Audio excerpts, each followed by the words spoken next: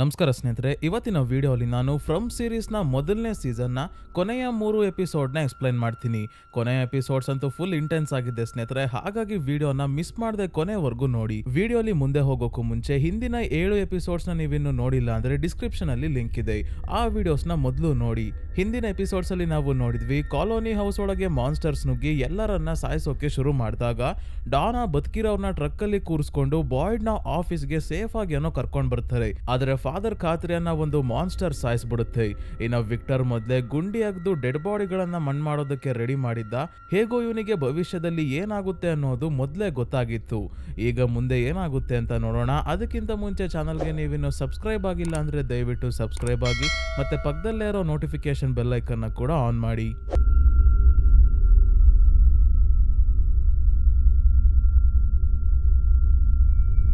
Father ಖಾತ್ರಿಯ ಸಾವಿನ ನಂತರ ಮುಂದಿನ ದಿನ ಬೆಳಗ್ಗೆ ಬಾಯ್ಡ್ ಆಗ್ಲೇ ಕಾಡಿನ ಒಳಗೆ ಹೋಗೋಕೆ ಬ್ಯಾಗ್ ರೆಡಿ ಮಾಡ್ಕೋಬೇಕಾದ್ರೆ ಕೆನಿ ಬಂದು ಹೇಳ್ತಾನೆ, ಕಾಲೋನಿ ಹೌಸ್ ನ ಜನರನ್ನ ಇಲ್ಲೇ ಮನೆಗಳಲ್ಲಿ ಎಲ್ಲೆಲ್ಲಿ ಜಾಗ ಇದೆಯೋ ಅಲ್ಲಿಗೆ ಶಿಫ್ಟ್ ಮಾಡಿದ್ದೀವಿ, ಆದ್ರೆ ಎಲ್ಲರೂ ಹೊಂದ್ಕೊಂಡು ಹೋಗೋದು ಕಷ್ಟ, ನೀವು ಒಂದ್ ಮಾತು ಎಲ್ಲರ ಜೊತೆ ಮಾತಾಡ್ಬೇಕು ಅಂದಾಗ, ಇಲ್ಲ ನೀನು ಈ ಕೆಲಸ ಮಾಡು, ನನ್ನ ಜಾಗದಲ್ಲಿ ನೀನ್ ನಿಂತ್ಕೊಂಡು ಅವರನ್ನ ನೋಡ್ಕೋ ಅಂತ ಹೇಳಿ ಬಾಯ್ಡ್ ಚರ್ಚ್ ನ ಬೇಸ್ಮೆಂಟ್ ಅಲ್ಲಿರೋ ಸಾರಾ ಹತ್ರ ಬರ್ತಾರೆ. ಯಾಕಂದ್ರೆ ಇವಳನ್ನ ಕೂಡ ತಮ್ಮ ಜೊತೆ ಕಾಡಿಗೆ ಕರ್ಕೊಂಡು ಹೋಗೋಕೋಸ್ಕರ. ಈಗ ಒಂದು ಫ್ಲಾಶ್ ಬ್ಯಾಕ್ ತೋರಿಸ್ತಾರೆ ಸ್ನೇಹಿತರೆ. ಬಾಯ್ಡ್ ನ ಫ್ಯಾಮಿಲಿ ಈ ಟೌನ್ ಗೆ ಹೇಗ್ ಬಂದ್ರು ಅಂತ ಇಲ್ಲಿ ನಮ್ಗೆ ಗೊತ್ತಾಗುತ್ತೆ. ಬಾಯ್ಡ್ ಮಿಲಿಟರಿಯಲ್ಲಿ ಇದ್ರು, ಇನ್ನೇನ್ ರಿಟೈರ್ ಆಗೋ ಸಮಯ. ಇವರ ಹೆಂಡತಿ ಆಬಿ ಕೂಡ ಆರ್ಮಿಯಲ್ಲೇ ಇದ್ಲು. ಒಂದಿನ ಬಾಯ್ಡ್, ಆಬಿ ಮತ್ತೆ ಮಗ ಎಲ್ಲಿಸ್ ಟ್ರಿಪ್ ಗೆ ಅಂತ ಹೊರಟಿದ್ದಾಗ ಬಾಯ್ಡ್ ತಮ್ಮ ಫೇವ್ರೆಟ್ ಸಾಂಗ್ ನ ಕೇಳ್ತಾ ಹೇಳ್ತಾ ಇದ್ದಾರೆ, ರಿಟೈರ್ಮೆಂಟ್ ಗಿಫ್ಟ್ ಆಗಿ ಒಂದು ಬೋಟ್ ತಗೊಂಡಿದ್ರೆ ಎಷ್ಟು ಚೆನ್ನಾಗಿರೋದು ಅಂತ. ಆಬಿ ತಮಾಷೆಗೆ, ಈಗ ನಮ್ಮ ಹತ್ರ ಇರೋ ದುಡ್ಡು ಬೋಟ್ ಗೆ ಸಾಕಾಗಲ್ಲ ಅಂತ ಹೇಳ್ತಾ ಇವರ ಕೈಗೆ ಬೋಟ್ ನ ಕೀ ಕೊಡ್ತಾಳೆ. ಇದನ್ನ ನೋಡಿ ಬಾಯ್ಡ್ ಚಿಕ್ಕ ಮಕ್ಕಳ ತರ ಖುಷಿ ಪಡ್ತಾ ಇದ್ದಾರೆ, ಯಾಕಂದ್ರೆ ಅವ್ರಿಗೆ ಬೋಟ್ ಅಂದ್ರೆ ಅಷ್ಟು ಇಷ್ಟ. ಆಬಿ ಮತ್ತೆ ಎಲಿಸ್ ಆಲ್ರೆಡಿ ಇವ್ರಿಗೆ ಅಂತ ಬೋಟ್ ನ ಖರೀದಿಸಿದರೆ, ಆದ್ರೆ ಬೋಟ್ ನ ಓಡಿಸೋದಿರ್ಲಿ, ನೋಡೋಕು ಅವಕಾಶ ಸಿಗಲ್ಲ. ಯಾಕಂದ್ರೆ ರೋಡ್ ನ ಮಧ್ಯ ದೊಡ್ಡ ಮರ ಬಿದ್ದಿದೆ, ಆಕಾಶದಲ್ಲಿ ಕಾಗೆಗಳು ಹಾರಾಡ್ತಿದ್ದಾವೆ. ಇಲ್ಲಿಂದ ಬೇರೆ ದಾರಿಯಲ್ಲಿ ಹೊರಟೋರು ಇವರು ಕೂಡ ಸೀದಾ ಟೌನ್ಗೆ ಬರ್ತಾರೆ. ಇನ್ನೊಂದು ಸಮಸ್ಯೆ ಏನಂದ್ರೆ ಇಲ್ಲಿ ಆಲ್ರೆಡಿ ಕತ್ತಲಾಗ್ತಾ ಇದೆ, ಟೌನ್ ಅಲ್ಲಿ ಯಾರು ಕಾಣ್ತಾ ಇಲ್ಲ. ಇದ್ದಕ್ಕಿದ್ದಂಗೆ ಇವರ ಕಾರ್ನ ಮುಂದೆ ಫಾದರ್ ಖಾತ್ರಿ ಬಂದು ಹೇಳ್ತಾರೆ, ನಾನು ಎಲ್ಲ ಡೀಟೇಲ್ ಆಗಿ ಎಕ್ಸ್ಪ್ಲೈನ್ ಮಾಡೋಕೆ ಈಗ ಟೈಮ್ ಇಲ್ಲ, ನೀವು ಇಲ್ಲಿ ಸೇಫ್ ಅಲ್ಲ, ನನ್ ಜೊತೆ ಬನ್ನಿ ಆಮೇಲೆ ಎಲ್ಲ ಹೇಳ್ತೀನಿ ಅಂದಾಗ, ನಿನ್ ಮಾತು ನಾವ್ಯಾಕೆ ಕೇಳ್ಬೇಕು ಅಂತ ಗನ್ ಹೊರಗೆ ತೆಗಿತಾಳೆ ಆಬಿ. ಆದ್ರೆ ಇದೇ ಸಮಯಕ್ಕೆ ಮಾನ್ಸ್ಟರ್ಸ್ ಗಳು ಮಾಡ್ತಿರೋ ಶಬ್ದ ಕೇಳಿ ಇವ್ರಿಗೂ ಅನ್ಸುತ್ತೆ ಇಲ್ಲೇನೋ ಸಮಸ್ಯೆ ಇರೋ ಹಾಗಿದೆ ಅಂತ. ಹಾಗಾಗಿ ಫಾದರ್ ಖಾತ್ರಿ ಮಾತನ್ನ ಕೇಳಿ ಇವರ ಜೊತೆ ಹೊರಡ್ತಾರೆ. ಫಾದರ್ ಖಾತ್ರಿ ಇವರನ್ನ ಒಂದು ಸೀಕ್ರೆಟ್ ಜಾಗಕ್ಕೆ ಕರ್ಕೊಂಡ್ ಬರ್ತಾರೆ. ಇಲ್ಲಿಗೆ ಮಾನ್ಸ್ಟರ್ಸ್ ಬರೋದಿಲ್ಲ ಅಂತ, ಯಾಕಂದ್ರೆ ಇನ್ನೂ ತಾಲಿಸ್ಮಾನ್ ಇವರಿಗೆ ಸಿಕ್ಕಿರಲ್ಲ. ಈ ಸಮಯದಲ್ಲಿ ಅಲ್ಲಿ ಬಚ್ಚಿಡ್ಕೊಂಡೆ ಪ್ರಾಣ ಉಳಿಸ್ಕೋಬೇಕು. ಇನ್ನ ಡಾನಾ ಕೂಡ ಇಲ್ಲೇ ಇದ್ದಾರೆ. ಸೊ ಈಗ ಪ್ರೆಸೆಂಟ್ ಗೆ ಬರೋಣ. ಫಾರ್ವೆಟ್ರಿ ಒಳಗೆ ಹೋಗಿ ಅಲ್ಲಿಂದ ಈಗ ಒಂದು ಸ್ಟೋರೇಜ್ ರೂಮ್ ಅಲ್ಲಿ ಜೂಲಿ ಪ್ರತ್ಯಕ್ಷ ಆಗಿದ್ಲು. ಈ ಸ್ಟೋರೇಜ್ ರೂಮ್ ಇಂದ ಬೆಳಗ್ಗೆ ಹೊರಗೆ ಬಂದು ತನ್ನ ಫ್ಯಾಮಿಲಿ ಇರೋ ಮನೆಗೆ ಬರ್ತಾಳೆ. ವಿಕ್ಟರ್ ನನ್ನನ್ನ ಇಲ್ಲಿಗೆ ಕಳಿಸ್ತಾ ಅವನು ಏನೇನೋ ಹೇಳ್ತಿದ್ದ, ನನಗೆ ಅರ್ಥ ಆಗ್ಲಿಲ್ಲ, ಎಲ್ಲ ಶುರು ಆಗ್ತಿದೆ ಅಂತ ಹೇಳ್ತಿದ್ದ ಅಂದಾಗ ಈತನ್ ಹೇಳ್ತಾನೆ, ಹಾಗಾದ್ರೆ ನೀನು ಫಾರ್ವೆಟ್ರಿ ಒಳಗಿಂದ ಇಲ್ಲಿಗೆ ಬಂದ ಅಂತ. ಮತ್ತೆ ಈತನ್ಗೆ ಅರ್ಥ ಆಗುತ್ತೆ ಎಲ್ಲ ಶುರು ಆಗಿದೆ ಅಂತ ಅವನ್ಗೆ ಹೇಳು ಅಂತ ವಿಕ್ಟರ್ ಜೂಲಿಗೆ ಹೇಳಿ ಕಳಿಸಿದ್ದ. ಆದ್ರೆ ಈತನ್ಗೆ ಇಲ್ಲಿ ಏನೋ ಅರ್ಥ ಆಗ್ತಿರೋ ಹಾಗೆ ಕಾಣ್ತಿಲ್ಲ. ಇದೇ ಸಮಯಕ್ಕೆ ಜೇಡ್ ಮನೆಗೆ ನುಗ್ಗಿ ವಿಕ್ಟರ್ ಎಲ್ಲಿದ್ದಾನೆ ಅಂತ ಜೂಲಿಗೆ ಕೇಳ್ತಾ ಇದ್ದಾನೆ. ಆದ್ರೆ ಜಿಮ್ ಇವನನ್ನ ಹೊರಗೆ ಎಳ್ಕೊಂಡ್ ಬಂದು ಜೂಲಿ ಮೊದ್ಲೇ ಗಾಬರಿ ಆಗಿದ್ದಾಳೆ, ಅವಳ ತಲೆ ತಿನ್ಬೇಡ ಅಂತ ಬೈತಾ ಇದ್ದಾನೆ. ಜೇಡ್ ತನಗೆ ಸಿಕ್ಕಿರೋ ಫೋಟೋ ತೋರ್ಸೋಕು ಬಿಡಲ್ಲ. ಅದೇ ಬುಕ್ ಒಳಗೆ ಚಿಕ್ಕ ಹುಡುಗ ಆಗಿದ್ದ ವಿಕ್ಟರ್ ಇರೋ ಫೋಟೋ ಸಿಕ್ಕಿತ್ತಲ್ಲ, ಅದೇ ಫೋಟೋ ತೋರ್ಸೋಕೆ ಅಂತ ಇವನು ಬಂದಿದ್ದ. ಜಿಮ್ ರೇಡಿಯೋ ಅಲ್ಲಿ ಸಿಗ್ನಲ್ ಸಿಕ್ಕ ವಿಷಯ ಹೇಳಿದಾಗ ಫೋಟೋ ವಿಷಯ ಹೇಳೋದೇ ಜೇಡ್ ಮರ್ತೋಗಿ ಇವನು ರೇಡಿಯೋ ಬಗ್ಗೆನೆ ಮಾತಾಡೋಕೆ ಶುರು ಮಾಡ್ತಾನೆ. ಜಿಮ್ ಹೇಳ್ತಿರೋದೇನಂದ್ರೆ, ನಾವು ಕಾಲೋನಿ ಹೌಸ್ ಮೇಲೆ ದೊಡ್ಡ ಟವರ್ ಕಟ್ಟಿ ಏನಾದ್ರೂ ಮಾಡಿ ಸಿಗ್ನಲ್ ಹೊರಗೆ ಕಳಿಸ್ಬೇಕು, ಯಾಕಂದ್ರೆ ಕಾಲೋನಿ ಹೌಸ್ ಬೆಟ್ಟದ ಮೇಲೆ ಇದೆ, ಈ ಟೌನ್ ಅಲ್ಲಿ ತುಂಬಾನೇ ಎತ್ತರದ ಪಾಯಿಂಟ್ ಅದೇ ಅಂತ ಹೇಳಿ ಇಬ್ಬರು ಮೊದಲು ಡಾನಾಳ ಪರ್ಮಿಷನ್ ಕೇಳೋಕೆ ಬರ್ತಾರೆ. ಡಾನಾ ತಕ್ಷಣ ಟವರ್ ಕಟ್ಟೋಕೆ ಪರ್ಮಿಷನ್ ಕೊಡ್ತಾರೆ, ಯಾಕಂದ್ರೆ ಇವ್ರಿಗೆ ಆಲ್ರೆಡಿ ತುಂಬಾನೇ ಬೇಜಾರಾಗಿದೆ. ಕಾಲೋನಿ ಹೌಸ್ ಅಲ್ಲಿ 14 ಜನ ಸಾವನ್ನಪ್ಪಿದ್ದಾರೆ, ಮತ್ತೆ ಜನ ಕಾಲೋನಿ ಹೌಸ್ಗೆ ಬರ್ತಾರೋ ಇಲ್ವೋ ಗೊತ್ತಿಲ್ಲ, ಇದು ಒಳ್ಳೇದಕ್ಕಾದ್ರೂ ಹೆಲ್ಪ್ ಆಗ್ಲಿ ಅಂತ ಡಾನಾ ಇದಕ್ಕೆ ಒಪ್ಕೊಂಡಿದ್ದಾರೆ. ಇನ್ನ ಬಾಯ್ಡ್ ಸಾರಾ ಅನ್ನ ಕಾಡಿನ ಒಳಗಿರೋ ಒಂದು ಸಣ್ಣ ರೂಮ್ ನ ರೀತಿ ಇರೋ ಜಾಗಕ್ಕೆ ಕರ್ಕೊಂಡ್ ಬಂದು ಕೂಡ್ ಹಾಕಿ, ನಾನು ವಾಪಸ್ ಬರ್ತೀನಿ, ನಿನ್ ಸಹಾಯದಿಂದ ನಾವಿಬ್ರು ಕಾಡಿಗೆ ಹೋಗೋಣ ಅಂತ ಹೇಳಿ ಹೊರಡ್ತಾರೆ.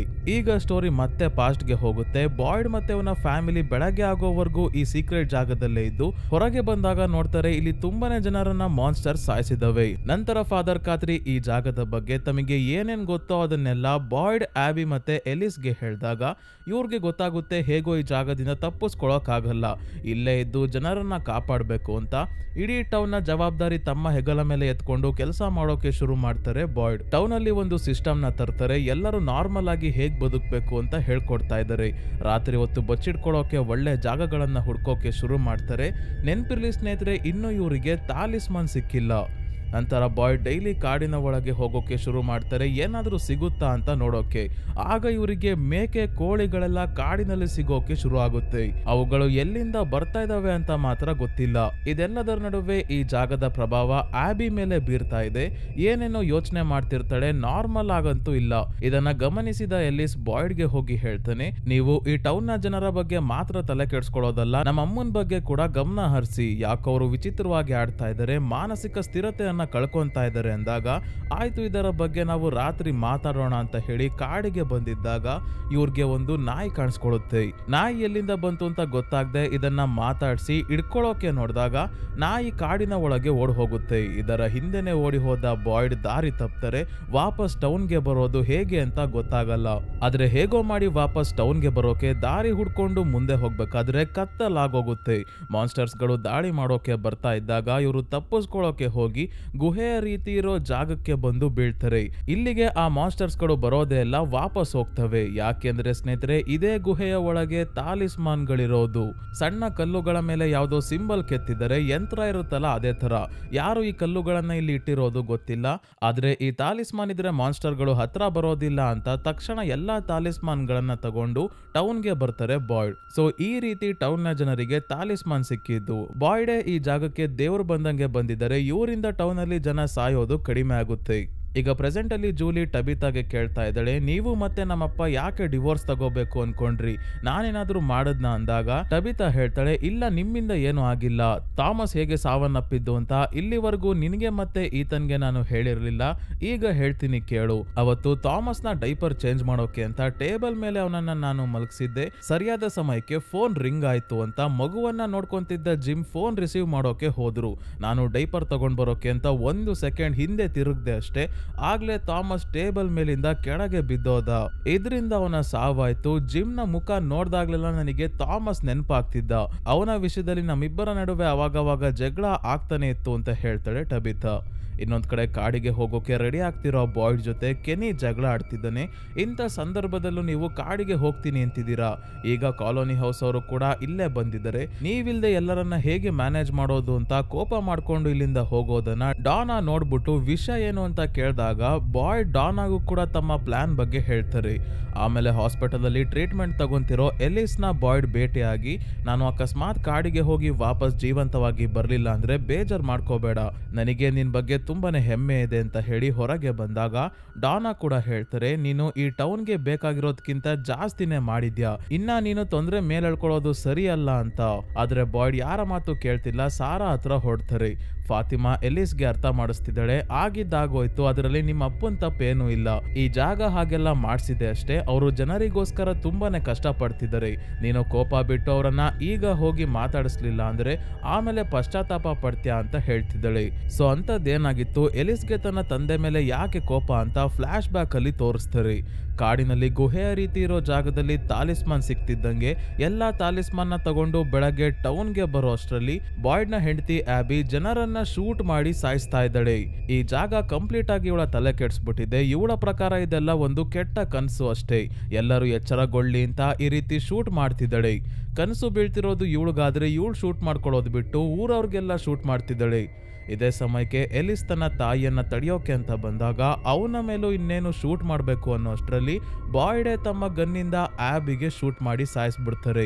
ಆಬಿಯ ಮಾನಸಿಕ ಸ್ಥಿತಿ ಸರಿ ಇಲ್ಲ, ಏನೋ ಸಮಸ್ಯೆ ಆಗ್ತಿದೆ, ಅದೇನೋ ಒಂದ್ಸಲ ನೋಡಿ ಅಂತ ಎಲಿಸ್ ಎಷ್ಟೇ ಹೇಳಿದ್ರು ಬಾಯ್ಡ್ ಬರೀ ಟೌನ್ ನ ಜನರ ತಲೆ ಕೆಡ್ಸ್ಕೊಂತಾ ಇದ್ರು ಅಂತ ಎಲಿಸ್ ಕೋಪ ಮಾಡ್ಕೊಂಡು ತನ್ನ ತಂದೆಯಿಂದ ದೂರ ಆಗೋಕೆ ಶುರು ಮಾಡ್ತಾನೆ. ಈಗ ಪ್ರೆಸೆಂಟ್ ಅಲ್ಲಿ ಬಾಯ್ಡ್ ನ ಕಾಡಿನ ಒಳಗೆ ಫಾಲೋ ಮಾಡ್ಕೊಂಡ್ ಬಂದ ಎಲಿಸ್ ತನ್ನ ತಂದೆಗೆ ಕ್ಷಮೆ ಕೇಳ್ತಾ ಇದ್ದಾನೆ. ನಾನು ನನ್ನ ಮೂಗಿನ ನೇರಕ್ಕೆ ಮಾತ್ರ ಯೋಚನೆ ಮಾಡ್ತಿದ್ದೆ, ಆದ್ರೆ ಈ ಜಾಗದಲ್ಲಿರೋ ತುಂಬಾನೇ ಜನರನ್ನ ನೀವು ಕಾಪಾಡಿದ್ದೀರಾ, ಬೇರೆಯವ್ರು ಇರ್ಲಿ, ನಾನು ಮತ್ತೆ ಫಾತಿಮಾ ಬದುಕುಳ್ದಿರೋದೆ ನೀವು ಹುಡುಕಿ ತಂದಿದ್ದ ತಾಲಿಸ್ಮಾನ್ ಇಂದ. ಇಷ್ಟು ದಿನ ನಾನು ನಿಮ್ಮ ಮೇಲೆ ಕೋಪ ಮಾಡ್ಕೊಂಡಿದ್ದು ಸರಿಯಲ್ಲ, ದಯವಿಟ್ಟು ಕ್ಷಮಿಸಿ ಅಂತ ಹೇಳಿ ಇಲ್ಲಿಂದ ಹೊಡ್ತಾನೆ. ಹಿಂದೆನೆ ಬಾಯ್ಡ್ ಸಾರಾಳ ಕೈಗೆ ಹ್ಯಾಂಡ್ ಕಫ್ಸ್ ಹಾಕಿ ಇವಳನ್ನ ಕರ್ಕೊಂಡು ಹೊಡ್ತಾರೆ. ಇವಳು ತಪ್ಪಿಸ್ಕೊಳ್ಳೋಕೆ ಟ್ರೈ ಮಾಡಬಾರ್ದು ಅಂತ ಈ ರೀತಿ ಮಾಡಿದ್ದಾರೆ. ಇನ್ನೊಂದ್ ಕಡೆ ಟೌನ್ ಅಲ್ಲಿ ಕೆನಿ ಮತ್ತೆ ಡಾನಾ ಟೌನ್ ನ ಜನರಿಗೆ ಅರ್ಥ ಮಾಡಿಸ್ತಾ ಇದ್ದಾರೆ, ಬಾಯ್ಡ್ ತಮ್ಮ ಪ್ರಾಣವನ್ನ ಲೆಕ್ಕಿಸದೆ ನಮ್ಮೆಲ್ಲರ ಪ್ರಾಣ ಉಳಿಸೋಕೆ ಮಾಡ್ಸೋಕೆ ಹೋಗಿದ್ದಾರೆ. ಹಾಗಾಗಿ ನಾವು ಜಗಳ ಮಾಡ್ಕೊಳ್ದೆ ಕಾಲೋನಿ ಹೌಸ್ ಅವರು ಮತ್ತೆ ಬೇರೆಯವರೆಲ್ಲ ಜೊತೆಗೆ ಇರಬೇಕು. ಇನ್ನ ಜಿಮ್ ಮತ್ತೆ ಜೇಡ್ ಹೊರಗಿನ ಪ್ರಪಂಚಕ್ಕೆ ಸಿಗ್ನಲ್ ಕಳಿಸ್ಬೇಕು ಅಂತ ಟವರ್ ಕಟ್ತಾ ಇದ್ದಾರೆ. ಅದಕ್ಕೆ ಎಲ್ಲರೂ ಸಹಾಯ ಮಾಡಿ ಅಂತ ಡಾನಾ ಮತ್ತೆ ಕೆನಿ ಕೇಳ್ಕೊಂತಾರೆ. ಇವತ್ತು ಸಂಜೆ ಕಾಲೋನಿ ಹೌಸ್ ಅಲ್ಲಿ ವಾಸವಾಗಿದ್ದ ಎರಿಕ್ ಅನ್ನೋ ವ್ಯಕ್ತಿಯನ್ನ ಡಾನಾ ಗಮನಿಸ್ತಾರೆ. ಇವನು ಯಾಕೋ ತುಂಬಾನೇ ಬೇಜಾರಲ್ಲಿ ಇದ್ದಾನೆ. ಯಾಕೆ ಏನಾಯ್ತು ಅಂತ ಕೇಳಿದ್ರು ಹೇಳಲ್ಲ. ರೆಸ್ಟ್ ಮಾಡ್ತೀನಿ ಅಂತ ಹೇಳಿ ಮಲ್ಕೊಂಡವನು ಬೆಳಗ್ಗೆ ಅಷ್ಟೊತ್ತಿಗೆ ರೆಸ್ಟ್ ಇನ್ ಪೀಸ್ ಆಗೋಗಿದ್ದಾನೆ. ಯಾಕಂದ್ರೆ ಅವನಿಗೆ ಈ ಜಾಗದಲ್ಲಿ ಬದುಕೋಕೆ ಆಗ್ತಿರಲ್ಲ. ಒಂದಾದ್ಮೇಲೆ ಒಂದಂಗೆ ಸಾವುಗಳನ್ನ ನೋಡಿ ಡಾನಾಗೂ ತುಂಬಾನೇ ಬೇಜಾರಾಗಿದೆ. ಹಾಗಿದ್ರು ಕೂಡ ಕಾಲೋನಿ ಹೌಸ್ ಅಲ್ಲಿ ಟವರ್ ಕಟ್ಟೋ ಕೆಲಸಕ್ಕೆ ಅಂತ ಬರ್ತಾರೆ. ಅದೇ ಕಾಡಿನಲ್ಲಿ ಬಾಯ್ಡ್ ತಮಗೆ ತಾಲಿಸ್ಮಾನ್ ಸಿಕ್ಕ ಗುಹೆಯಲ್ಲಿ ರಾತ್ರಿ ಕಳೆದು ಇಲ್ಲಿಂದನೂ ಈಗ ಮುಂದೆ ಹೋಗ್ಬೇಕಾದ್ರೆ ಬಾಯ್ಡ್ ಸಾರಾಳ ಜೊತೆ ಮಾತಾಡ್ತಿರೋ ಅದೃಶ್ಯ ಶಕ್ತಿಗಳ ಬಗ್ಗೆ ಕೇಳಿದಾಗ ಇವಳು ಹೇಳ್ತಾಳೆ, ಅವ್ರು ಹೇಳಿದ ಕೆಲಸ ನಾನು ಮಾಡ್ಲಿಲ್ಲ ಅಂದ್ರೆ ನಮ್ಮ ಅಣ್ಣ ನೇತನ್ ಸಾವನ್ನಪ್ತಾನೆ, ಆಮೇಲೆ ಒಬ್ರಾದ್ಮೇಲೆ ಒಬ್ರು ಟೌನ್ ಅಲ್ಲಿರೋರೆಲ್ಲ ಸಾಯ್ತಾರೆ ಅಂತ ಹೇಳಿದ್ರು. ಈಗ ಜಿಮ್ನ ಮಗ ಈತನ್ನ ನನ್ನ ಕೈಯಲ್ಲಿ ಸಾಯ್ಸಕ್ಕಾಗ್ಲಿಲ್ಲ, ಹಾಗಾಗಿ ನೇತನ್ ಪ್ರಾಣ ಕಳ್ಕೊಂಡ, ಆಮೇಲೆ ಟೌನ್ ಅಲ್ಲಿ ಒಬ್ರಾದ್ಮೇಲೆ ಒಬ್ರು ಸಾಯ್ತಾ ಇದ್ದಾರೆ ಅಂತ ಹೇಳ್ತಾಳೆ. ಬಾಯ್ಡ್ಗೂ ಅನ್ಸುತ್ತೆ ಇದ್ರಲ್ಲಿ ಇವಳ ತಪ್ಪು ಏನು ಇಲ್ಲ, ಈ ಜಾಗ ಇವಳ ಕೈಯಲ್ಲಿ ಕೊಲೆಗಳನ್ನ ಮಾಡ್ಸೋಕೆ ನೋಡಿದ್ದೆ ಅಂತ ಹೇಳಿ ಇವಳ ಕೈಗೆ ಹಾಕಿರೋ ಹ್ಯಾಂಡ್ ಕಫ್ಸ್ ನ ತೆಗಿತಾರೆ. ಮತ್ತೆ ಸಾರಾಗೆ ಇನ್ನೊಂದು ಡೌಟ್ ಬರೋದೇನಂದ್ರೆ, ಹೇಗೆ ಟೌನ್ ರೋಡ್ ಅಲ್ಲಿ ಎಷ್ಟೇ ಮುಂದೆ ಹೋಗೋಕೆ ನೋಡಿದ್ರು ಸುತ್ತಾಡ್ಕೊಂಡು ವಾಪಸ್ ಟೌನ್ಗೆ ಬರ್ತೀವೋ ಅದೇ ರೀತಿ ಕಾಡಿನಲ್ಲೂ ಎಷ್ಟೇ ದೂರ ಹೋದ್ರು ವಾಪಸ್ ಟೌನ್ಗೆ ಬರೋ ಸಾಧ್ಯತೆ ಇದೆ ಅಂತ. ಆದ್ರೆ ಒಂದು ಟ್ರೈ ಅಂತೂ ಮಾಡ್ಲೇಬೇಕಲ್ಲ, ಅದಕ್ಕೆ ಹಾಗೆ ಮುಂದೆ ನಡ್ಕೊಂಡು ಹೋಗ್ತಾ ಇದ್ದಾರೆ. ಸ್ವಲ್ಪ ಹೊತ್ತಾದ್ಮೇಲೆ ಇವ್ರಿಗೆ ಗ್ಲಾಸ್ ಬಾಟಲ್ಗಳು ಒಂದಕ್ಕೊಂದು ತಾಕ್ತಿರೋ ಹಾಗೆ ಶಬ್ದ ಕೇಳಿಸ್ತಾ ಇರೋದ್ರಿಂದ ಶಬ್ದ ಬರ್ತಿರೋ ಕಡೆನೆ ಬಂದು ನೋಡ್ತಾರೆ. ಇಲ್ಲಿ ಒಂದು ಮರದ ತುಂಬಾ ಗ್ಲಾಸ್ ಬಾಟಲ್ ಗಳನ್ನ ಯಾರೋ ಕಟ್ಟಿದ್ದಾರೆ.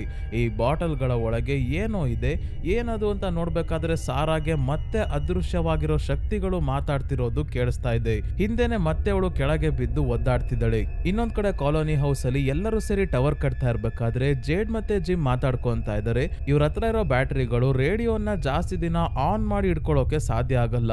ಅದಕ್ಕೆ ಏನ್ ಮಾಡೋದು ಅಂತ ಯೋಚನೆ ಮಾಡ್ಬೇಕಾದ್ರೆ ಬೇರೆ ದಾರಿನೇ ಇಲ್ಲ ಅಂತ ಜೇಡ್ ಇಲ್ಲಿಂದ ಹೊಡ್ತಾನೆ. ಯಾಕಂದ್ರೆ ಅವನು ವಿಕ್ಟರ್ ಎಲ್ಲೋದ ಅಂತ ಕೂಡ ಹುಡುಕ್ತಾ ಇದ್ದಾನೆ. ಅದೇ ಫೋಟೋ ಅಲ್ಲಿ ಇರೋ ವ್ಯಕ್ತಿ ಯಾರು, ಆ ಫೋಟೋ ಅಲ್ಲಿ ಇವನೇನ್ ಮಾಡ್ತಿದ್ದಾನೆ ಅಂತ ಕೇಳೋಕೋಸ್ಕರ. ಇನ್ನ ಕೆನಿ ಮೊದಲೇ ಬೇಜಾರಾಗಿರೋ ಡಾನಾ ಹತ್ರ ಬಂದು ಟವರ್ ಕಟ್ಟೋಕೆ ಇನ್ನೂ ಮರ ಬೇಕಾಗಿತ್ತು, ನೀವು ಹೆಲ್ಪ್ ಮಾಡ್ತೀರಾ ಅಂದಾಗ ಮರ ಬೇಕಾ ಬನ್ನಿ ಕೊಡ್ತೀನಿ ಇಲ್ಲೇ ಇದೆ ಅಂತ ಕೊಡಲಿ ಎತ್ಕೊಂಡ್ ಬಂದು ಕಾಲೋನಿ ಹೌಸ್ ನ ನೆಲ ಹೊಡೆದಾಕೋಕೆ ಶುರು ಮಾಡ್ತಾರೆ ಡಾನಾ. ಹಾಗೆ ಇವರು ಫ್ರಸ್ಟ್ರೇಟ್ ಆಗಿ ಬಾರ್ಗೆ ಕುಡಿಯೋಕೆ ಬಂದಾಗ ಯಾಕಿಂಗ್ ಆಡ್ತಿದ್ದೀರಾ ಏನ್ ಕತೆ ಅಂತ ಕೆನಿ ಬಂದು ಕೇಳಿದಾಗ ಡಾನಾ ಹೇಳ್ತಾರೆ, ನನಗೆ ಆಲ್ರೆಡಿ ಕಾಲೋನಿ ಹೌಸ್ ಮುರಿದೋಗಿರೋದಕ್ಕೆ ತುಂಬಾನೇ ಬೇಜಾರಿದೆ, ನಾವು ಅಲ್ಲಿ ತುಂಬಾನೇ ಖುಷಿ ಆಗಿದ್ವಿ, ಆದ್ರೆ ಈಗ ಟವರ್ ಇಂದ ನಮಗೆಲ್ಲ ಹೆಲ್ಪ್ ಆಗುತ್ತೆ ಅಂತ ನೀವು ಜನರಿಗೆ ನಂಬಿಸಿದೀರಾ. ಒಂದ್ ವೇಳೆ ಈ ಪ್ಲಾನ್ ಏನಾದ್ರೂ ವರ್ಕ್ ಆಗ್ಲಿಲ್ಲ ಅಂದ್ರೆ ತುಂಬಾನೇ ದೊಡ್ಡ ಅನಾಹುತ ಆಗುತ್ತೆ, ಜನರು ನಂಬಿಕೆಯನ್ನ ಕಳ್ಕೊಂಡು ಈ ಜಾಗದಿಂದ ತಪ್ಪಿಸ್ಕೊಳಕ್ ಆಗೋದೇ ಇಲ್ಲ ಅಂತ ಫಿಕ್ಸ್ ಆಗ್ತಾರೆ. ನಾನು ಇವತ್ತು ಸರಿ ಹೋಗ್ತೀನಿ, ನಾಳೆಯಿಂದ ಟವರ್ ಕಟ್ಟೋಕೆ ಹೆಲ್ಪ್ ಮಾಡ್ತೀನಿ, ಆದ್ರೆ ರೇಡಿಯೋ ಏನಾದ್ರೂ ವರ್ಕ್ ಆಗ್ಲಿಲ್ಲ ಅಂದ್ರೆ ಜನರನ್ನ ಹೇಗೆ ಸಮಾಧಾನ ಮಾಡ್ತೀಯಾ ನೋಡು ಅಂತ ಕೆನಿಗೆ ಹೇಳಿ ಹೋಗ್ತಾರೆ. ಇನ್ನೊಂದ್ ಕಡೆ ಕಾಡಿನಲ್ಲಿ ಟೆಂಟ್ ಹಾಕೊಂಡು ಒಳಗೆ ಬಾಯ್ಡ್ ಸಾರಾನ ಮಲಗಿಸಿದರೆ. ಯಾಕಂದ್ರೆ ಅವಳು ವಿಚಿತ್ರವಾಗಿ ಆಡೋಕೆ ಶುರು ಮಾಡಿದ್ಮೇಲೆ ಪ್ರಜ್ಞೆ ತಪ್ಪಿದ್ದಳೆ. ಸ್ವಲ್ಪ ಹೊತ್ತಾದ್ಮೇಲೆ ಅವಳಿಗೆ ಎಚ್ಚರಿಕೆ ಆದಾಗ ಬಾಯ್ಡ್ ಹೇಳ್ತಾರೆ, ಆ ಬಾಟಲ್ ಗಳಿದ್ದ ಮರದಿಂದ ಒಂದು ಬಾಟಲ್ ನ ತೆಕ್ಕೊಂಡು ಒಳಗೇನಿದೆ ಅಂತ ಚೆಕ್ ಮಾಡಿದಾಗ ಒಂದು ಚೀಟಿ ಸಿಕ್ಕಿದೆ. ಇದರಲ್ಲಿ 1864 ಅಂತ ಬರ್ದಿದೆ, ಅದ್ ಬಿಟ್ರೆ ಬೇರೆ ಏನೂ ಇಲ್ಲ ಅಂತ ಹೇಳ್ತಾರೆ. ಮತ್ತೆ ನಿನ್ಗೇನಾಯ್ತು ಅಂತ ಇವರು ಕೇಳಿದಾಗ ಸಾರಾ ಹೇಳ್ತಾಳೆ, ಈ ಬಾರಿ ನನ್ ಜೊತೆ ಮಾತಾಡಿದ್ದು ಯಾರೋ ಒಬ್ಳು ಮಹಿಳೆ, ಅವಳು ನನ್ಗೆ ಹೇಳಿದ್ದು ನಾವು ಈ ಕಾಡಿಗೆ ಬಂದು ತಪ್ಪು ಮಾಡಿದೀವಿ, ಆದಷ್ಟು ಬೇಗ ನಾವು ವಾಪಸ್ ಹೋಗ್ಬೇಕಂತೆ. ಮಿಸ್ಟರ್ ಫಿಶ್ ಅಂಡ್ ಲವ್ಸ್ಗೆ ಹೇಳು ನಾನು ತಪ್ಪು ಮಾಡ್ದೆ ಅಂತ ಆ ಮಹಿಳೆ ಹೇಳಿದ್ಲು ಅಂತಾಳೆ ಸಾರಾ. ಇಲ್ಲಿ ಮಿಸ್ಟರ್ ಫಿಶ್ ಅಂಡ್ ಲವ್ಸ್ ಅಂತ ಕರೆಯೋದು ಬೇರೆ ಯಾರಿಗೂ ಅಲ್ಲ ಸ್ನೇಹಿತರೆ, ಬಾಯ್ಡ್ಗೆ. ಮಿಲಿಟರಿಯಲ್ಲಿ ಇವ್ರಿಗೆ ಈ ನಿಕ್ ನೇಮ್ ನ ಕೊಟ್ಟಿರ್ತಾರೆ. ಆದ್ರೆ ಈ ವಿಷಯ ಎಲಿಸ್ ಮತ್ತೆ ಆಬಿಗೆ ಬಿಟ್ರೆ ಈ ಟೌನ್ ಅಲ್ಲಿರೋ ಬೇರೆ ಯಾರಿಗೂ ಕೂಡ ಗೊತ್ತಿರಲ್ಲ. ಸೊ ಸಾರಾ ಜೊತೆ ಮಾತಾಡಿದ ಮಹಿಳೆ ಮೋಸ್ಟ್ಲಿ ಬಾಯ್ಡ್ ನ ಹೆಂಡತಿ ಆಬಿಯ ಆತ್ಮ ಆಗಿರ್ಬೋದು. ಈಗ ಇದ್ದಕ್ಕಿದ್ದಂಗೆ ಯಾರೋ ಬಂದು ಇವರ ಟೆಂಟ್ ಅನ್ನ ಎಳ್ಕೊಂಡು ಹೋಗ್ತಾ ಇದ್ದಾರೆ. ಯಾರು ಅಂತಾನೆ ಗೊತ್ತಾಗಲ್ಲ, ಮಾನ್ಸ್ಟರ್ಸ್ ಇರ್ಬೋದು ಅಂತ ಮೊದ್ಲು ಅನ್ಸುತ್ತೆ. ಆದ್ರೆ ಟೆಂಟ್ ಒಳಗೆ ತಾಲಿಸ್ಮಾನ್ ಇದೆ. ಹಾಗಾದ್ರೆ ಯಾರೋ ಬೇರೆಯವರು ಟೆಂಟ್ ನ ಎಳ್ಕೊಂಡು ಬಂದು ಒಂದು ಜಾಗದಲ್ಲಿ ಇಟ್ಟಾಗ ಜೋರಾದ ಹಾರ್ನ್ ಶಬ್ದ ಕೇಳಿಸ್ತಾ ಇದೆ. ತುಂಬಾನೇ ಬ್ರೈಟ್ ಆಗಿರೋ ಬೆಳಕು ಕೂಡ ಕಾಣಿಸ್ತಾ ಇದೆ. ಈ ಕಡೆ ಟೌನ್ ಅಲ್ಲಿ ಜೇಡ್ ಕೆನಿ ಅವ್ರ ಅಮ್ಮನ ಹತ್ರ ಬಂದು ಗೊಣಗಾಡ್ತಾ ಇದ್ದಾನೆ. ರೇಡಿಯೋನ ಆನ್ ಮಾಡೋಷ್ಟು ಎಲೆಕ್ಟ್ರಿಸಿಟಿ ನಮ್ಮ ಹತ್ರ ಇಲ್ಲ, ಏನ್ ಮಾಡೋದೀಗ ಅಂತ. ಕೆನಿ ಅವ್ರ ಅಮ್ಮ ನಿನ್ಗೆ ಕರೆಂಟ್ ಬೇಕಲ್ವಾ ತಗೋ ಅಂತ ಹೇಳಿ ಲೈಟ್ ಸ್ವಿಚ್ ನ ಆನ್ ಮಾಡ್ತಾರೆ. ಇದರಿಂದ ಜೇಡ್ ನ ಟ್ಯೂಬ್ ಲೈಟ್ ಆನ್ ಆಗುತ್ತೆ. ತಕ್ಷಣ ಅವನು ಜಿಮ್ ನ ಮನೆಗೆ ಬಂದು ನನಗೆ ಐಡಿಯಾ ಬಂದಿದೆ, ಮನೆಯಲ್ಲಿರೋ ಲೈಟ್ ಬಲ್ಬ್ ಗಳಿಗೆ ಕರೆಂಟ್ ಎಲ್ಲಿಂದ ಬರ್ತಿದೆ ಅಂತ ಗೊತ್ತಿಲ್ಲ, ಅದು ನಮಗೆ ಬೇಕಾಗೂ ಇಲ್ಲ, ಒಟ್ನಲ್ಲಿ ಕರೆಂಟ್ ಬರ್ತಿರೋದಂತೂ ನಿಜ. ಅದಕ್ಕೆ ಲೈಟ್ ಬಲ್ಬ್ ನ ಸಾಕೆಟ್ ಗೆ ವೈರ್ ಕನೆಕ್ಟ್ ಮಾಡಿ ಸ್ವಿಚ್ ಆನ್ ಮಾಡಿದ್ರೆ ಲೈಟ್ ಆನ್ ಆಗೋದ್ರ ಜೊತೆಗೆ ವೈರಲ್ಲೂ ಕೂಡ ಕರೆಂಟ್ ಪಾಸ್ ಆಗುತ್ತೆ ಅಂತ ಪ್ರೂಫ್ ಸಮೇತ ತೋರಿಸ್ತಾನೆ. ಲೈಟ್ ಬಲ್ಬ್ ಸಾಕೆಟ್ಗೆ ಹೇರ್ ಡ್ರೈಯರ್ ನ ಕನೆಕ್ಟ್ ಮಾಡಿದಾಗ ಹೇರ್ ಡ್ರೈಯರ್ ಆನ್ ಆಗುತ್ತೆ. ಇದೇ ರೀತಿ ಈಗ ಟವರ್ಗೆ ಪವರ್ ಸಪ್ಲೈ ಮಾಡೋಕೆ ಕಾಲೋನಿ ಹೌಸ್ ಅಲ್ಲಿ ಇರೋ ಬರೋ ಲೈಟ್ ಬಲ್ಬ್ ಹೋಲ್ಡರ್ ಮತ್ತೆ ಸಾಕೆಟ್ ನ ಎಲ್ಲ ಬಳಸ್ಕೊಳ್ಳೋಕೆ ಡಿಸೈಡ್ ಮಾಡ್ತಾರೆ. ತಕ್ಷಣ ಜಿಮ್ ಮತ್ತೆ ಜೇಡ್ ಈ ಐಡಿಯಾನ ಇಡೀ ಟೌನ್ ನ ಜನರಿಗೆ ಹೇಳಿ ಆದಷ್ಟು ಬೇಗ ಎಲ್ಲೆಲ್ಲಿ ವೈರ್ ಗಳು ಸಿಗ್ತಾವೋ ಅದನ್ನೆಲ್ಲ ಬಾಚ್ಕೊಂಡ್ ಬನ್ನಿ ಅಂತ ಕಳಿಸ್ತಾರೆ. ಕ್ರಿಸ್ಟಿ ಮತ್ತೆ ಕೆನಿ ಒಂದು ಹಾಳಾಗಿರೋ ಆಂಬುಲೆನ್ಸ್ ಅಲ್ಲಿ ವೈರ್ ಗಳನ್ನ ತೆಕ್ಕೋಬೇಕಾದ್ರೆ ಕೆನಿ ಹೇಳ್ತಾನೆ, ಒಂದ್ ವೇಳೆ ನಾವೇನಾದ್ರೂ ಈ ಜಾಗದಿಂದ ಹೊರಗೆ ಹೋದ್ರೆ ಇಬ್ರು ಎಲ್ಲಾದ್ರೂ ಸುತ್ತಾಡೋಕೆ ಹೋಗೋಣ ಅಂತ. ಇದಕ್ಕೆ ಕ್ರಿಸ್ಟಿ, ಇಲ್ಲ ಬೇಜಾರ್ ಮಾಡ್ಕೋಬೇಡ, ನನ್ನ ಎಂಗೇಜ್ಮೆಂಟ್ ಆಗಿದೆ ಅಂದಾಗ ಕೆನಿ ಬೇಜಾರ್ ಮಾಡ್ಕೊಂಡ್ರು ಸ್ಮೈಲ್ ಮಾಡ್ತಾನೆ. ಇವಳಿಗೆ ಸಾರಿ ಕೇಳಿ ಇಲ್ಲಿಂದ ಹೊಡ್ತಾನೆ. ಅದೇ ಇನ್ನೊಂದ್ ಕಡೆ ಕಾಲೋನಿ ಹೌಸ್ ಅಲ್ಲಿ ಎಲಿಸ್ ಫಾತಿಮಾಗೆ ಪ್ರಪೋಸ್ ಮಾಡ್ತಾನೆ. ಫಾತಿಮಾ ಒಪ್ಕೊಂತಾಳೆ. ಕಾಡಲ್ಲಿರೋ ಬಾಯ್ಡ್ ಮತ್ತೆ ಸಾರಾ ಟೆಂಟ್ ಇಂದ ಹೊರಗೆ ಬಂದಾಗ ನೋಡ್ತಾರೆ, ಇಲ್ಲಿ ಸುತ್ತಮುತ್ತ ಎಲ್ಲಾ ಕಡೆ ಬರೀ ಜೇಡದ ಬಲೆ ಬಿಟ್ರೆ ಬೇರೆ ಏನೂ ಇಲ್ಲ. ಯಾವ ಕಡೆಯಿಂದ ಲೈಟ್ ಬಂತೋ ಆ ಕಡೆನೆ ಇವರು ಹೋಗ್ಬೇಕಾದ್ರೆ ಬಾಯ್ಡ್ಗೆ ಯಾರೋ ಮಹಿಳೆ ನನ್ನನ್ನ ಕಾಪಾಡಿ ಅಂತ ಕಿರ್ಚಾಡ್ತಿರೋ ಹಾಗೆ ಕೇಳಿಸುತ್ತೆ. ಇದು ಸಾರಾಗೆ ಕೇಳಿಸ್ತಿಲ್ಲ, ಬಾಯ್ಡ್ಗೆ ಮಾತ್ರ ಕೇಳಿಸ್ತಾ ಇರೋದು. ಬಾಯ್ಡ್ ಒಂದು ಮರದ ಹತ್ರ ಬಂದಾಗ ಸ್ಪೈಡರ್ ವೆಬ್ ಅಲ್ಲಿ ಸಿಗಾಕೊಂಡಿರೋ ಆಬಿ ಕಾಣಿಸ್ತಾಳೆ. ಅವಳು ಜೋರಾಗಿ ಕಿರ್ಚಾಡ್ತಾ ಬಾಯ್ಡ್ ನ ಕೈಯನ್ನ ಇಟ್ಕೊಂಡಾಗ ಇವರು ಹೆದರ್ಕೊಂಡು ಹಿಂದೆ ಬರ್ತಾರೆ. ಈಗ ನೋಡಿದ್ರೆ ಮರದ ಹತ್ರ ಆಬಿ ಇಲ್ವೇ ಇಲ್ಲ. ಬಾಯ್ಡ್ ನ ಮೈ ತುಂಬಾ ಜೇಡಗಳು ಹತ್ಕೊಂಡು ಕಚ್ತಾ ಇದ್ದಾವೆ. ಸಾರಾ ಎಲ್ಲಾ ಜೇಡಗಳನ್ನ ದೇಹದಿಂದ ತೆಗೆದು ಬಾಯ್ಡ್ ನ ಕಾಪಾಡ್ತಾಳೆ. ನಂತರ ಲೈಟ್ ನ ಹುಡುಕ್ತಾ ಮುಂದೆ ಒಂದು ಸಣ್ಣ ಬೆಟ್ಟವನ್ನ ಹತ್ಬೇಕಾದ್ರೆ ಬಾಯ್ಡ್ಗೆ ಜೇಡಗಳು ಕಚ್ಚಿರೋದ್ರಿಂದ ಸ್ವಲ್ಪ ತಲೆನೋವು ಬರ್ತಾ ಇದೆ, ಸುಸ್ತಾಗ್ತಾ ಇದೆ. ಇದೊಂದ್ ಕಮ್ಮಿ ಇತ್ತು ಅಂತ ಜೊತೆಗೆ ಚಂಡಮಾರುತ ಬೇರೆ ಬರ್ತಾ ಇದೆ. ನನ್ ಕೈಯಲ್ಲಿ ಮುಂದೆ ಹೋಗೋಕ್ಕಾಗಲ್ಲ, ನೀನ್ ಹೋಗು ಅಂತ ಬಾಯ್ಡ್ ಸಾರಾಗೆ ಹೇಳ್ದಾಗ, ಇಲ್ಲ ನಿಮ್ ಕೈಯಲ್ಲಿ ಆಗುತ್ತೆ ಬನ್ನಿ ಅಂತ ಇವಳು ಬಾಯ್ಡ್ ನ ಮುಂದೆ ಕರ್ಕೊಂಡು ಹೊರಟಾಗ ಕೊನೆಗೂ ಇವ್ರಿಗೆ ಬೆಳಕು ಎಲ್ಲಿಂದ ಬಂತು ಅಂತ ಗೊತ್ತಾಗುತ್ತೆ. ಇಲ್ಲಿ ಸ್ನೇಹಿತರೆ ಒಂದು ಲೈಟ್ ಹೌಸ್ ಇದೆ. ಹಾರ್ನ್ ಶಬ್ದ ಮತ್ತೆ ಬೆಳಕು ಎರಡೂ ಕೂಡ ಬರ್ತಿರೋದೇ ಇಲ್ಲಿಂದ. ಇನ್ನೊಂದ್ ಕಡೆ ಟೌನ್ ಅಲ್ಲಿ ಆಲ್ರೆಡಿ ಎಲ್ಲರೂ ಸೇರಿ ಟವರ್ ನ ನಿಲ್ಸಿದ್ದಾರೆ. ಟೆಸ್ಟ್ ಮಾಡೋಕ್ಕೂ ಮುಂಚೆ ಈತನ್ ಜಿಮ್ಗೆ ಹೇಳ್ತಾ ಇದ್ದಾನೆ, ವಿಕ್ಟರ್ ಇಲ್ಲಿ ಇದ್ದಿದ್ರೆ ಸರಿ ಹೋಗೋದು, ಆದ್ರೆ ಪರವಾಗಿಲ್ಲ, ವಿಕ್ಟರ್ ತಮ್ಮ ಭಾಗವನ್ನ ಸರಿಯಾಗಿ ಮಾಡ್ತಾ ಇದ್ದಾರೆ, ಇಲ್ಲೇನ್ ನಡೀತಿದೆ ಅನ್ನೋದು ಅವರು ಕೂಡ ಎಲ್ಲೋ ಇದ್ದು ಹುಡುಕ್ತಾ ಇದ್ದಾರೆ ಅಂತ ಹೇಳ್ತಾನೆ. ನಂತರ ಇನ್ನೇನು ಚಂಡಮಾರುತ ಬರ್ತಾ ಇರೋದ್ರಿಂದ ಬೇಗ ಟೆಸ್ಟ್ ಮಾಡೋಕೆ ಶುರು ಮಾಡ್ತಾರೆ. ಮೊದಲು ಮನೆಯಲ್ಲಿರೋ ಲೈಟ್ ಬಲ್ಬ್ ಗಳನ್ನೆಲ್ಲ ಆನ್ ಮಾಡ್ತಿದ್ದಂಗೆ ರೇಡಿಯೋ ಸಕ್ಸಸ್ಫುಲ್ ಆಗಿ ಆನ್ ಏನೋ ಆಯ್ತು. ಆದ್ರೆ ಜೋರಾಗಿ ಮಳೆ ಬರೋಕೆ ಶುರು ಆಗಿದ್ರಿಂದ ಡಾನಾ ಟೆಸ್ಟ್ ನ ಇಲ್ಲಿಗೆ ನಿಲ್ಸೋಕೆ ಹೇಳ್ತಾ ಇದ್ದಾರೆ. ಆದ್ರೆ ಜಿಮ್ ಕೇಳ್ತಿಲ್ಲ, ರೇಡಿಯೋ ಸಿಗ್ನಲ್ಸ್ ನ ಕಳಿಸ್ತಾ ಇದ್ದಾನೆ, ನಮಗೆ ಸಹಾಯ ಮಾಡಿ, ಯಾರಾದ್ರೂ ನಾವು ಮಾತಾಡ್ತಿರೋದನ್ನ ಕೇಳಿಸ್ಕೊಂತಾ ಇದ್ದೀರಾ ಅಂತ ಹೇಳ್ಬೇಕಾದ್ರೆ ಈಗ ಆಶ್ಚರ್ಯ ಅನ್ನೋ ಹಾಗೆ ಆ ಕಡೆಯಿಂದ ಯಾರೋ ಇವರಿಗೆ ರಿಪ್ಲೈ ಮಾಡ್ತಿದ್ದಾರೆ. ಯಾರಿದು ಜಿಮ್ ಮಾತಾಡ್ತಿರೋದಾ ಅಂತ ಆ ವ್ಯಕ್ತಿ ಕೇಳ್ತಿದ್ದಾನೆ. ಇದರಿಂದ ಇಲ್ಲಿರೋರ ಬುಡ ಎಲ್ಲ ಅಲ್ಲಾಡೋಗುತ್ತೆ. ಯಾರೋ ಒಬ್ಬ ಅಪರಿಚಿತ ವ್ಯಕ್ತಿ ಜಿಮ್ ನ ಹೆಸರು ಹೇಳೋಕೆ ಹೇಗ್ ಸಾಧ್ಯ ಅಂತ. ಯಾರ್ ನೀನು ಮಾತಾಡ್ತಿರೋದು ಅಂತ ಜಿಮ್ ಕೇಳಿದಾಗ, ನಿನ್ ಹೆಂಡತಿ ಬೇಸ್ಮೆಂಟ್ ಅಲ್ಲಿ ವೈರ್ ಗಳು ಎಲ್ಲಿಂದ ಬಂದಿದ್ದಾವೆ ಅಂತ ಹುಡ್ಕೋಕೆ ಗುಂಡಿ ಅಗಿತಿದ್ದಾಳಲ್ಲ, ಅದನ್ನ ನಿಲ್ಸೋಕೆ ಹೇಳು ಅಂತಿದ್ದಂಗೆ ಜಿಮ್ ಗಾಬರಿಯಾಗಿ ಮನೆ ಹತ್ರ ಓಡೋಕೆ ಶುರು ಮಾಡ್ತಾನೆ. ಆದ್ರೆ ಟಬಿತಾ ಆಲ್ರೆಡಿ ತುಂಬಾನೇ ಆಳದವರೆಗೂ ಗುಂಡಿ ಅಗ್ದಿರೋದ್ರಿಂದ ಕೆಳಗೆ ಮಣ್ಣು ಕುಸಿದು ಇವಳು ಒಂದು ಸುರಂಗದ ಒಳಗೆ ಬೀಳ್ತಾಳೆ. ಇಲ್ಲಿಂದಾನೆ ಮನೆಗೆ ಕರೆಂಟ್ ವೈರ್ ಗಳು ಹೋಗಿರೋದು, ಆದ್ರೆ ಇಲ್ಲಿ ವೈರ್ ಗಳು ಎಲ್ಲಿಗೂ ಕನೆಕ್ಟ್ ಆಗಿಲ್ಲ, ಮೇಲೆ ನೇತಾಡ್ತಾ ಇದಾವೆ ಅಷ್ಟೇ. ಇನ್ನೊಂದು ಶಾಕಿಂಗ್ ವಿಷಯ ಏನಂದ್ರೆ ಇಲ್ಲೇ ಇವಳನ್ನ ಕರ್ಕೊಂಡು ಹೋಗೋಕೆ ಅಂತ ವಿಕ್ಟರ್ ಬರ್ತಾನೆ. ಇಷ್ಟು ದಿನ ಇವನು ಇದೇ ಸುರಂಗದಲ್ಲಿ ಇದ್ದ, ಯಾಕಂದ್ರೆ ಬಿಳಿ ಬಟ್ಟೆ ಹಾಕಿರೋ ಹುಡುಗ ಟಬಿತಾ ಇಲ್ಲಿಗೆ ಬರ್ತಾಳೆ, ಅವಳಿಗೋಸ್ಕರ ವೇಟ್ ಮಾಡು ಅಂತ ಹೇಳಿರ್ತಾನೆ. ವಿಕ್ಟರ್ ಹೇಳ್ತಾನೆ, ಆ ಮಾನ್ಸ್ಟರ್ಸ್ ಗಳು ಇದೇ ಸುರಂಗದಲ್ಲಿ ಮಲಗಿದ್ದವೆ, ಅವುಗಳು ಗೋಡೆ ಮೇಲೆ ಪೇಂಟಿಂಗ್ ಎಲ್ಲ ಮಾಡಿದವೆ ನೋಡು ಅಂತ ಇಲ್ಲಿ ಮಾನ್ಸ್ಟರ್ಸ್ ಗಳು ಬಿಡಿಸಿರೋ ಚಿತ್ರಗಳನ್ನ ಇವನು ತೋರಿಸ್ತಾನೆ. ಸದ್ಯಕ್ಕೆ ಆ ಬಿಳಿ ಬಟ್ಟೆ ಹಾಕಿರೋ ಹುಡುಗ ಹೇಳ್ದಂಗೆ ಇಲ್ಲಿ ನಡೀತಾ ಇದೆ. ಬಾ ನಾನು ನಿನ್ನ ಇಲ್ಲಿಂದ ಕರ್ಕೊಂಡು ಹೋಗ್ತೀನಿ ಅಂತ ಟಬಿತಾನ ತನ್ನ ಜೊತೆಯಲ್ಲಿ ಕರ್ಕೊಂಡು ಹೋಗ್ತಾನೆ ವಿಕ್ಟರ್. ಎಲ್ಲ ಆದ್ಮೇಲೆ ಮನೆಗೆ ಜಿಮ್ ಬಂದಾಗ ಇಲ್ಲಿ ಇವನಿಗೆ ಟಬಿತಾ ಸಿಗೋದೇ ಇಲ್ಲ. ಈ ಕಡೆ ಕಾಡಿನಲ್ಲೂ ತುಂಬಾನೇ ಜೋರಾಗಿ ಮಳೆ ಆಗ್ತಿರೋದ್ರಿಂದ ಬಾಯ್ಡ್ಗೆ ಓಡಾಡೋಕು ಆಗದೆ, ನೀನ್ ಮುಂದೆ ಹೋಗು, ಇಲ್ಲಿವರೆಗೂ ಆಲ್ರೆಡಿ ಬಂದಿದೀವಿ, ನೀನಾದ್ರೂ ದಾರಿ ಹುಡ್ಕು ಹೋಗು ಅಂತ ಸಾರಾಗೆ ಹೇಳಿದಾಗ ಸಾರಾ ಬಾಯ್ಡ್ ನ ಬಿಟ್ಟು ಹೋಗಲ್ಲ. ಯಾಕಂದ್ರೆ ಆಲ್ರೆಡಿ ಕತ್ತಲಾಗ್ತಾ ಇದೆ, ಮಾನ್ಸ್ಟರ್ಸ್ ಗಳು ಯಾವಾಗ ಬೇಕಾದ್ರೂ ದಾಳಿ ಮಾಡೋಕೆ ಬರ್ಬೋದು. ಇದೇ ಸಮಯಕ್ಕೆ ಇಲ್ಲಿಗೆ ಬಿಳಿ ಬಟ್ಟೆ ಹಾಕಿರೋ ಹುಡುಗ ಬಂದು ಸಾರಾಗೆ ಹೇಳ್ತಾನೆ, ನಿಮ್ಮ ಅಣ್ಣ ನೇತನ್ನ ಥಿಯರಿ ನಿಜ, ಅವರು ಈಗ ಕೋಪಗೊಂಡಿದ್ದಾರೆ, ಆದಷ್ಟು ಬೇಗ ಹೋಗಿ ಅಲ್ಲಿರೋ ಫಾರ್ವೇ ಟ್ರೀಯಲ್ಲಿ ಬಚ್ಚಿಡ್ಕೊಳ್ಳಿ ಅಂತ ಹೇಳ್ತಾನೆ. ಇವನು ಸಾರಾಗೆ ಮಾತ್ರ ಕಾಣಿಸಿದ್ದು ಸ್ನೇಹಿತರೆ, ಬಾಯ್ಡ್ಗೆ ಕಾಣಿಸಿಲ್ಲ. ಮತ್ತೆ ಸಾರಾಳ ಅಣ್ಣ ನೇತನ್ನ ಥಿಯರಿ ಏನಾಗಿತ್ತು ಅಂದ್ರೆ, ಈ ಜಾಗದಿಂದ ನಾವು ಎಷ್ಟು ಪ್ರಯತ್ನ ಪಟ್ಟು ಹೊರಗೆ ಹೋಗೋಕೆ ನೋಡ್ತೀವೋ ಅಷ್ಟೇ ಫೋರ್ಸ್ ಇಂದ ನಮ್ಮನ್ನ ಈ ಜಾಗ ಹಿಂದಕ್ಕೆ ತಳ್ಳುತ್ತೆ ಅಂತ. ಈಗ ಇವರು ಇಷ್ಟು ದೂರ ಬಂದಿರೋದ್ರಿಂದ ಈ ಜಾಗದಲ್ಲಿ ಇರುವಂತ ಅಮಾನುಷ ಶಕ್ತಿಗಳು ಕೋಪಗೊಂಡಿದ್ದವೆ. ಹಾಗಾಗಿ ಬಿಳಿ ಬಟ್ಟೆ ಹಾಕಿರೋ ಹುಡುಗ ಇವ್ರಿಗೆ ಮುಂದಿನ ದಾರಿ ತೋರಿಸಿದನೆ. ಹಾಗಾದ್ರೆ ಈ ಹುಡುಗ ಕೆಟ್ಟವನ ಒಳ್ಳೆಯವನ ಅಂತ ಗೊತ್ತಿಲ್ಲ, ಮಾಡ್ತಿರೋ ಕೆಲಸ ನೋಡಿದ್ರೆ ಇವ್ರಿಗೆ ಸಹಾಯ ಮಾಡ್ತಿರಂಗೆ ಇದನ್ನೇ. ಸೊ ಸಾರಾ ಬಾಯ್ಡ್ ನ ಫಾರ್ವೆಟ್ರಿ ಒಳಗೆ ಕಳಿಸ್ತಿದ್ದಂಗೆ 4 ಗೋಡೆ ಮಧ್ಯ ಒಂದು ಬಾವಿಯ ರೀತಿ ಇರೋ ಜಾಗಕ್ಕೆ ಬರ್ತಾರೆ ಬಾಯ್ಡ್. ಮೇಲೆ ಹತ್ತೋಕ್ಕೂ ಆಗದೆ ಇವರು ಜೋರಾಗಿ ಕಿರ್ಚಾಡ್ತಿದ್ದಾರೆ. ಸಾರಾ ಫಾರ್ವೆಟ್ರಿ ಒಳಗೆ ಬಂದು ಎಲ್ಲೋದ್ಲು ಅಂತ ಗೊತ್ತಿಲ್ಲ. ಅದೇ ಟೌನ್ ಅಲ್ಲಿ ಈಗಿರೋ ಜನರು ಕಡಿಮೆ ಇದ್ದಾರೆ ಅಂತ ಇಡೀ ಬಸ್ಸೇ ಟೌನ್ ಒಳಗೆ ಬರ್ತಾ ಇದೆ. ಈ ಬಸ್ ನ ತುಂಬಾ ಜನರು ತುಂಬಿಕೊಂಡಿದ್ದಾರೆ. ಸೊ ಸ್ನೇಹಿತರೆ, ಫ್ರಮ್ ಸೀಸನ್ 1 ಇಲ್ಲಿಗೆ ಮುಗಿಯುತ್ತೆ. ಸೊ ಮುಂದೆ ಫ್ರಮ್ ಸೀಸನ್ 2 ಅನ್ನ ಕೂಡ ಸ್ನೇಹಿತರೆ ಆದಷ್ಟು ಬೇಗ ಅಪ್ಲೋಡ್ ಮಾಡ್ತೀನಿ. ಮೊದಲು ಬರೀ ಸೀಸನ್ 1 ರಿಲೀಸ್ ಆಗಿದ್ದಾಗ ಈ ಸೀಸನ್ ಗೆ ಸಂಬಂಧಪಟ್ಟಂಗೆ ತುಂಬಾನೇ ಥಿಯರೀಸ್ ಗಳು ಇದ್ವು. ಆದ್ರೆ ಈಗಾಗಲೇ ಸೀಸನ್ 2 ಸೀಸನ್ 3 ಎಲ್ಲ ಬಂದಿರೋದ್ರಿಂದ ಮೊದಲು ಸೀಸನ್ 3 ವರೆಗೂ ಕಂಪ್ಲೀಟ್ ಸ್ಟೋರಿ ತಿಳ್ಕೊಂಡು ಕೊನೆಯದಾಗಿ ಸಪರೇಟ್ ವಿಡಿಯೋ ಮಾಡಿ ಈ ಸೀರೀಸ್ ಅಲ್ಲಿ ಏನ್ ನಡೀತಿದೆ ಅನ್ನೋದನ್ನ ಹೇಳ್ತೀನಿ. ಮತ್ತೆ ಸೀಸನ್ 4 ಅಲ್ಲಿ ಏನಾಗಬಹುದು ಅಂತ ಸಪರೇಟ್ ಥಿಯರೀಸ್ ನ ಬಗ್ಗೆ ಕೂಡ ಆ ವಿಡಿಯೋ ಅಲ್ಲಿ ಮಾತಾಡೋಣ. ಸದ್ಯಕ್ಕೆ ನೀವು ಫ್ರಮ್ ಸೀಸನ್ ನ ಕಂಪ್ಲೀಟ್ ಆಗಿ ನೋಡ್ಬೇಕು ಅಂದ್ರೆ ಈ ಚಾನಲ್ ಗೆ ಸಬ್ಸ್ಕ್ರೈಬ್ ಆಗೋದನ್ನ ಮರಿಬೇಡಿ. ಮತ್ತೆ ಪಕ್ಕದಲ್ಲಿರೋ ನೋಟಿಫಿಕೇಶನ್ ಬೆಲ್ ಐಕನ್ ನ ಕೂಡ ಆನ್ ಮಾಡಿ. ಈ ಸೀರೀಸ್ ಗೆ ಸಂಬಂಧಪಟ್ಟ ವಿಡಿಯೋಸ್ ಅಪ್ಲೋಡ್ ಆಗ್ತಿದ್ದಂಗೆ ನಿಮ್ಗೆ ಆದಷ್ಟು ಬೇಗ ನೋಟಿಫಿಕೇಶನ್ ಬರುತ್ತೆ. ಈ ವಿಡಿಯೋ ನಿಮ್ಗೆ ಇಷ್ಟ ಆಗಿದ್ರೆ ಲೈಕ್ ಮಾಡಿ. ಮತ್ತೆ ಮುಂದಿನ ಸೀಸನ್ ನೋಡೋಕೆ ಯಾರು ಕಾಯ್ತಿದ್ದೀರಾ ಅಂತ ಕಮೆಂಟ್ಸ್ ಅಲ್ಲಿ ಮಿಸ್ ಮಾಡದೆ ತಿಳಿಸಿ. ಇದೇ ರೀತಿಯ ವಿಡಿಯೋವಿನೊಂದಿಗೆ ಮತ್ತೆ ನಿಮ್ಮನ್ನ ಭೇಟಿ ಆಗ್ತೀನಿ. ಧನ್ಯವಾದಗಳು.